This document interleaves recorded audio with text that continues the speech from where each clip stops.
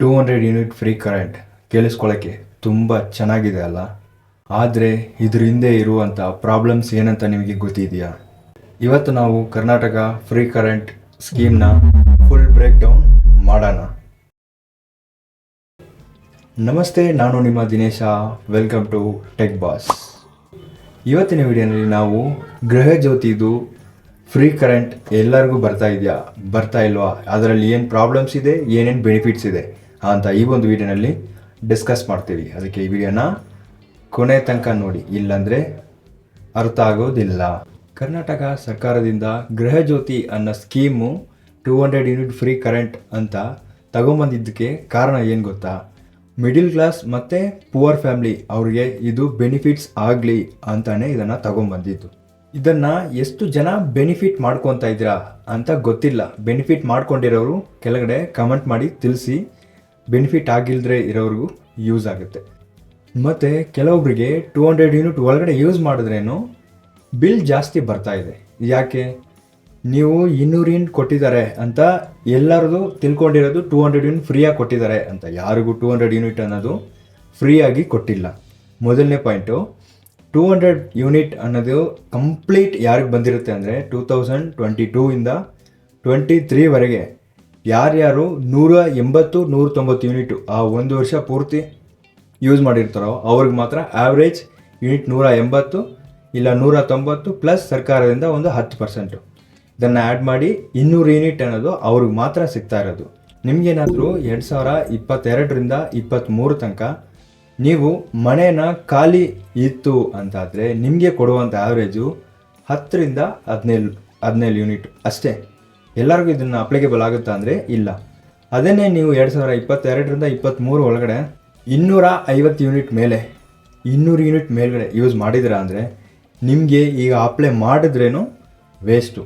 ಈಗ ನೀವು ಅಪ್ಲೈ ಮಾಡಿಲ್ಲ ಅಂದರೆ ಹಂಗೆ ಬಿಟ್ಬಿಡಿ. ಅಪ್ಲೈ ಮಾಡಿ ಕ್ಯಾನ್ಸಲ್ ಆಗೋದಕ್ಕಿಂತ ಹಂಗೆ ಬಿಟ್ಬಿಡೋದು ಬೆಟ್ರು.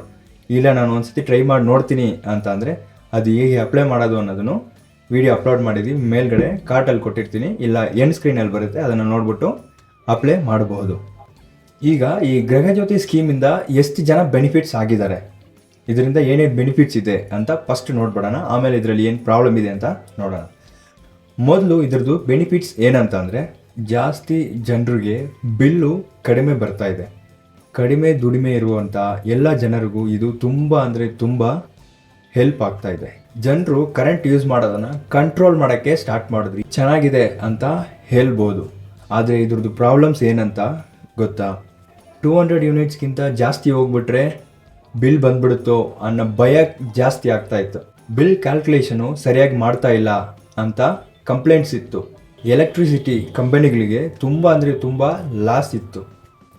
200 ಯೂನಿಟ್ ಮೇಲೆ ಹೋಗ್ಬಿಟ್ರೆ ಫುಲ್ ಬಿಲ್ ಕಟ್ಟಲೇಬೇಕಂತ ಟೆನ್ಷನ್ನು ಇತ್ತು. ಜನರದು ಬಿಗ್ಗೆಸ್ಟ್ ಲಾಸು. ಎಕ್ಸಾಂಪಲ್ ಒಂದು ಕೊಡ್ತೀನಿ ನೋಡಿ. 198 ಯೂನಿಟ್ ನೀವು ಯೂಸ್ ಮಾಡ್ತೀರಾ ಅಂತಂದರೆ ನಿಮಗೆ ಆ ತಿಂಗಳು ಫ್ರೀ. ಇದೇ ಏನಾದರೂ 201 ಯೂನಿಟು, ಹಿಂಗೆ 1 ಯೂನಿಟ್ ನೀವು ಜಾಸ್ತಿ ಯೂಸ್ ಮಾಡಿಬಿಟ್ರೂ ಅದು ನಿಮಗೆ ಫುಲ್ ಬಿಲ್ ಕಟ್ಟಲೇಬೇಕಾಗಿರುತ್ತೆ. ಇದಕ್ಕೆಲ್ಲ ಒಂದು ಸೊಲ್ಯೂಷನ್ ತಗೊಂಬರಬೇಕು ಅಂತ ಸರ್ಕಾರದಿಂದ ತಗೊಂಬಂದಿರೋದು ಸರಿಯಾಗಿದ್ದ ರೀಡಿಂಗು. ಈಗ ಮೊದಲು ನೀವು 5-6 ತಿಂಗಳು ನೋಡಿರ್ತೀರ, ನಿಮ್ಮ ಮನೆ ಹತ್ರ ಬಂದುಬಿಟ್ಟು ಬಟನ್ ಪ್ರೆಸ್ ಮಾಡಿಬಿಟ್ಟು ಬಿಲ್ ಮಾಡ್ತಾಯಿದ್ರು.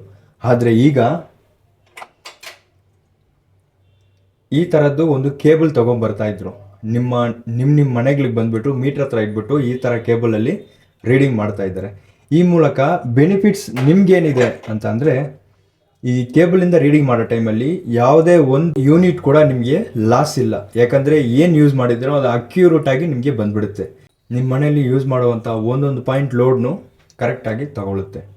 ಈ ಮೂಲಕ ಈ ಸ್ಕೀಮ್ನು ಬೆಟರ್ ಮಾಡೋಕ್ಕೆ ಇನ್ನೂ ಹೇಗೆ ಬೆಟರ್ ಮಾಡ್ಬೋದು ಅಂತಲೂ ಸೊಲ್ಯೂಷನ್ನ ಹುಡುಕ್ತಾ ಇದ್ದಾರೆ.